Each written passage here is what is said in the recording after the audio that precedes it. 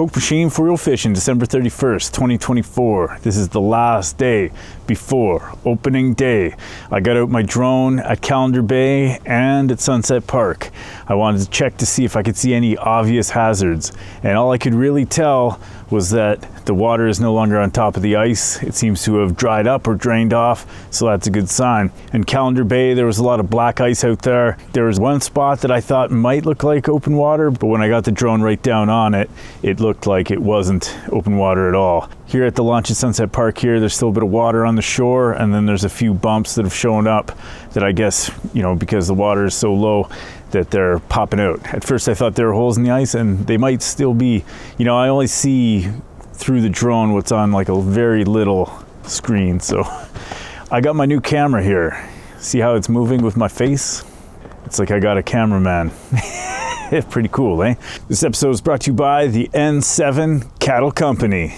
The N7 farm is just outside of North Bay here. It's a local farmer brewing up the beef. They're gonna have meat boxes available to all the bungalow enthusiasts and the bungaliers that are coming up to enjoy hanging out on the ice this ice fishing season. Each box contains some steaks, some sausages, and a whole bunch of other stuff that you're gonna enjoy. And I guarantee you, when you're out there on the ice, you're gonna be licking your lips thinking about these meat boxes, and then you're gonna get, say, Al on the horn from Lake Nipissing Outfitters, and you'd be like, Al, get me a meat box, stat, because I'm looking to enjoy. You're supporting a local farmer, and that beef hasn't traveled far to get into your belly. You can order one in advance or order one on the fly. I'm kind of licking my lips just thinking about it. This episode is also brought to you by Lake Nipissing Outfitters. They got a couple openings on some weekends coming up. They got a bunch of huts ready for business and new beds. New beds. I don't know if all you bungaliers out there know about the kinds of beds that are in bungalows. I'm sure you can appreciate what it is to have a new bed. I received a message from a dude by the name of Joe Snow. Hey, man. Just thought I'd give you an update to the ice at Sunset Point. I went out this morning and walked in a straight line out to Manitou Island, bringing the bike along after drilling couple 100 feet in front until I reached where I fish every year. The ice at Sunset on the beach was typical and has about 4 inches of water on top of 7 to 10 inches of ice. Until you hit the first pressure crack. After that it was consistent 7 inches and no water on top. The max I drilled was all the pack ice that got up to 18 inches of ice way out past the third pressure crack. Crossing them isn't an issue like last year, at least the line I drove. I'll attach a route from Navionics I took. There are some small, maybe 3 to 6 inch round drain holes, but the ice around it was solid. It's not deteriorating. Hey Kokemachine. Keep on maxing out.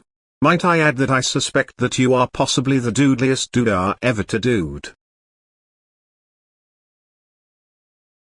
Is the ice going to be good enough for people to go ice fishing tomorrow?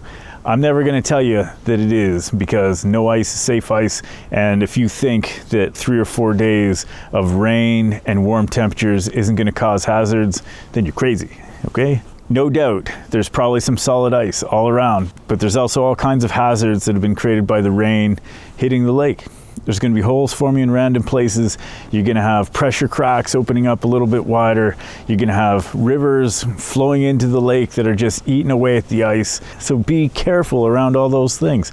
If you don't know anything about ice safety, I highly recommend you wait a couple of days.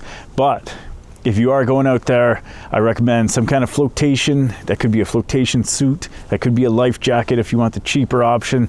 A spud bar, ice spikes, I don't know, a whistle, a throw rope, and probably a diaper, because if you have a close call, you're gonna need it. If you do go out, definitely go with a buddy. Otherwise, I recommend waiting a couple days, because the cold is coming, but I guarantee you there's gonna be people out here who are very eager to get on the fish. People are gonna make choices. Like I always say, no ice is safe ice. Stay safe out there. I'm gonna be doing a live broadcast tomorrow from Callander Bay and checking out who's on the scene, what's going on out there, and how it's rolling.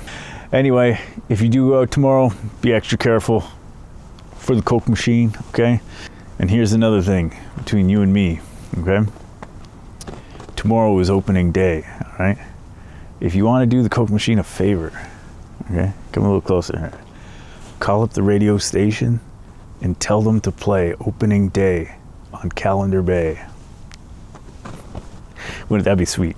I don't know, you call it the moose, the fox, you name it.